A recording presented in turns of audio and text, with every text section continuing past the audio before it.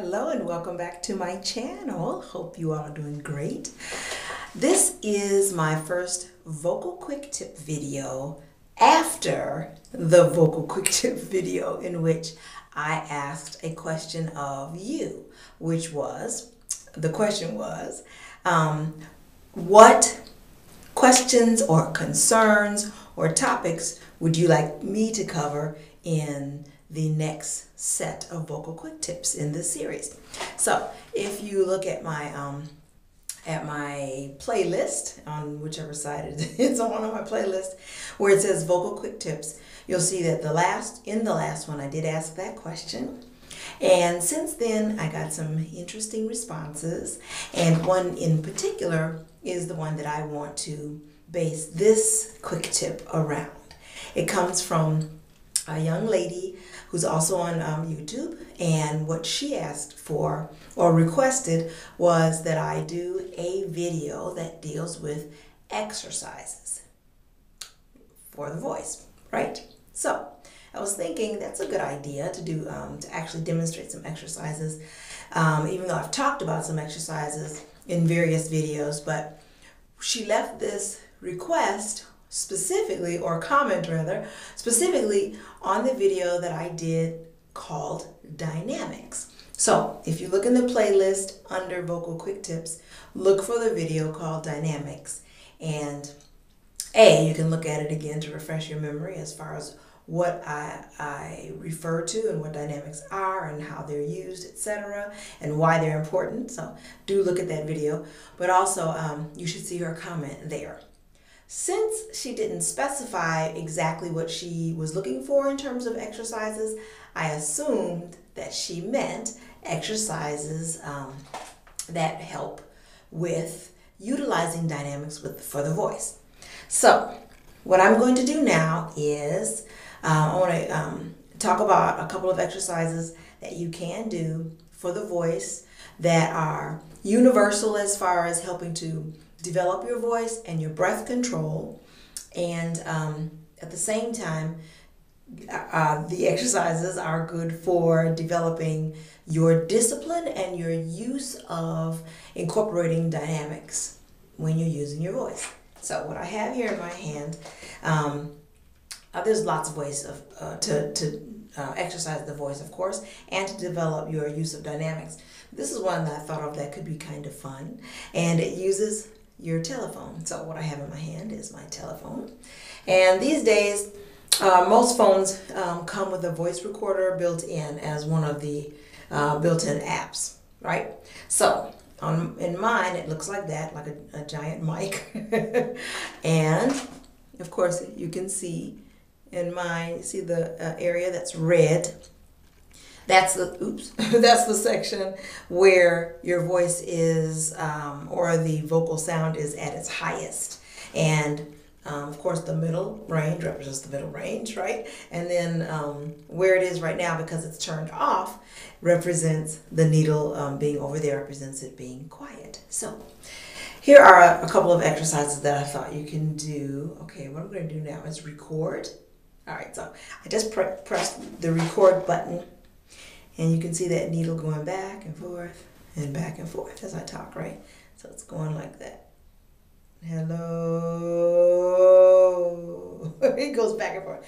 So what you can do, so different things you can do. One is, let's say that you are using your voice for spoken word, like poetry or public speaking, whatever the case may be.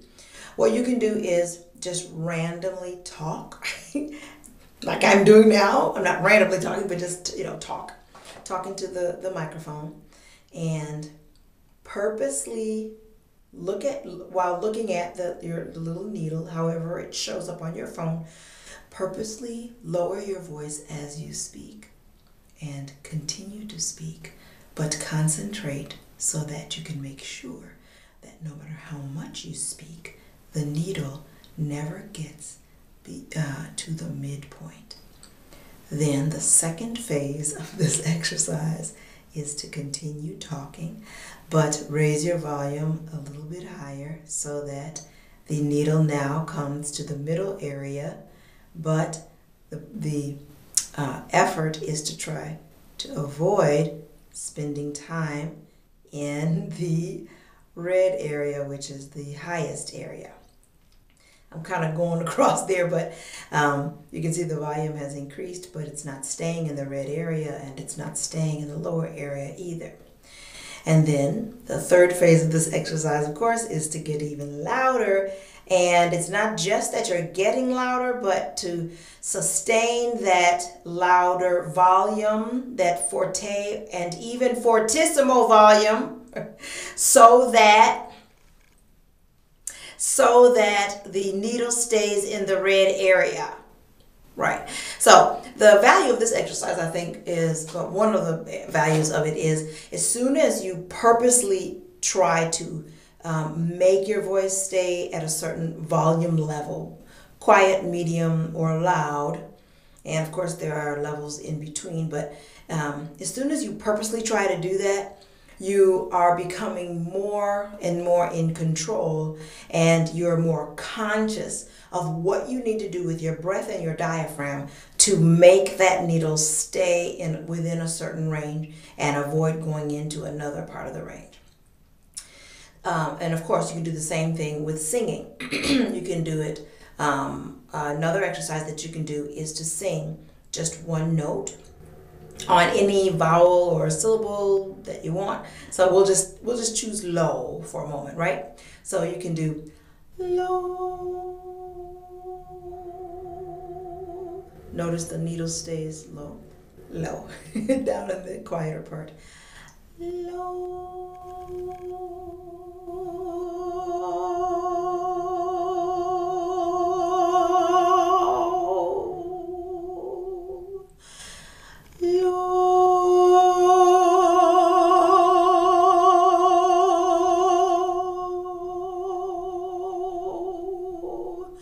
So you can hold that one note, and then while you're holding it, as I just demonstrated, you can hold it at a steady volume that will keep it in the red area or in the highest area on your phone. Take another breath and maybe start at the highest level, and then purposely get quieter, and then hold it at the quiet, continue to hold that note at the quieter level. Let's try that one.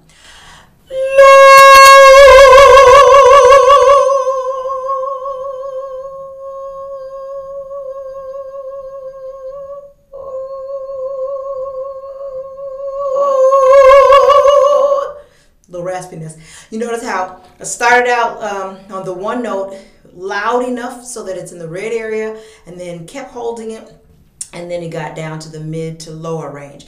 So all those kinds of exercises where you're holding a note or singing a passage or speaking a passage, regardless of how you're using your voice, the point is to visually look at the needle on your recorder app and be conscious to use your breath, your tongue, and your breath and your voice to manipulate that needle. And as I said, it's a really good exercise because it helps you to really engage on multiple levels your use of the voice and your control of it. And that's what I meant by the discipline.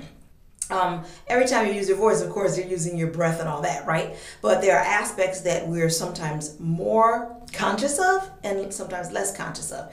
This kind of exercise, specifically for dynamics in general, and specifically, and then in general for developing your ear to hear what you're doing with your volume and to be in control of it, I think is a good idea. So that's an exercise that you can do. If you don't have a phone or a phone app like that with the microphone or something similar, you can do the same kind of thing where you may not be looking at it visually, although the visual part of this exercise, actually looking at the needle, is very helpful too, because the more of your senses that you engage, the more you're learning what it is that you're doing, and the more it grabs your attention and it helps you to focus in on what you're doing. So the visual, I think, is very helpful. I know it's very helpful because not only are you physically feeling your breath, you're hearing what you're doing, but then and how you're using your breath. You're hearing what you're doing, and then you're also seeing what you're doing. So those engaging more senses. But if you don't have this, what you can also do is, it's the same kind of thing, but just you're not looking at a visual needle. So you can just practice and use your ears to just hear, just listen to how you're approaching what you're doing. So for example, you could sing anything. You could sing a favorite song. Let's say you sing a nursery rhyme. We'll just do Mary Had a Little Lamb. Mary had a little lamb, little lamb, little lamb. Mary had a little lamb whose fleece was white as snow. So I'm not looking at a needle, but just the fact that I'm mentally deciding that in this section I'm going to get more quiet, I'm going to get quieter, and in this section I'm going to get louder, etc. All of those things, that practice, it teaches you how to use your breath even more so. It helps to develop your musical ear for what you're doing, and it puts you in even greater control of the use of your breath and voice. So I hope that that's helpful. One other thing I wanted to mention also, and that is there are lots of important reasons for dynamics in terms of how it gets your message across, how it adds to and enhances your creativity, what you're doing, etc. How it affects your audience and grabs their attention, holds your attention, all those kinds of things. Many of which I did talk about in that dynamics video, so do check it out. But one last thing I want to say before I end this video, and that is sometimes you've probably seen this, and I know I've seen it. Sometimes I'll see singers who are using a microphone, and what happens with singers who use microphones, oftentimes, not in every instance, but too often, in my opinion, as a voice teacher, as a voice coach, too often we fellow vocalists, and I think sometimes even spoken word folks, but more so I think vocalists, they begin to think of the microphone as the instrument instead of an enhancement to the instrument. So what do I mean by that? My point is that I've seen singers who will physically move into and out of the microphone in order to change their dynamics. And with these kinds of exercises, what happens is instead of trying to get the distance from the mic to do it for you, you learn to control that internally. And controlling that internally, again, like I said, gives you greater control over your voice, because keep in mind, your voice is the instrument that you want to develop. The mic is simply an enhancement to this instrument. So there can be some room for moving the mic a little bit here and there, yes. But you shouldn't, in my opinion, you shouldn't have to do so in order to control your dynamics. So give me a thumbs up if you find this helpful, and feel free to comment below, and please do subscribe. I'll be coming back to you with more, hopefully helpful, vocal quick tips. Take care. Bye-bye.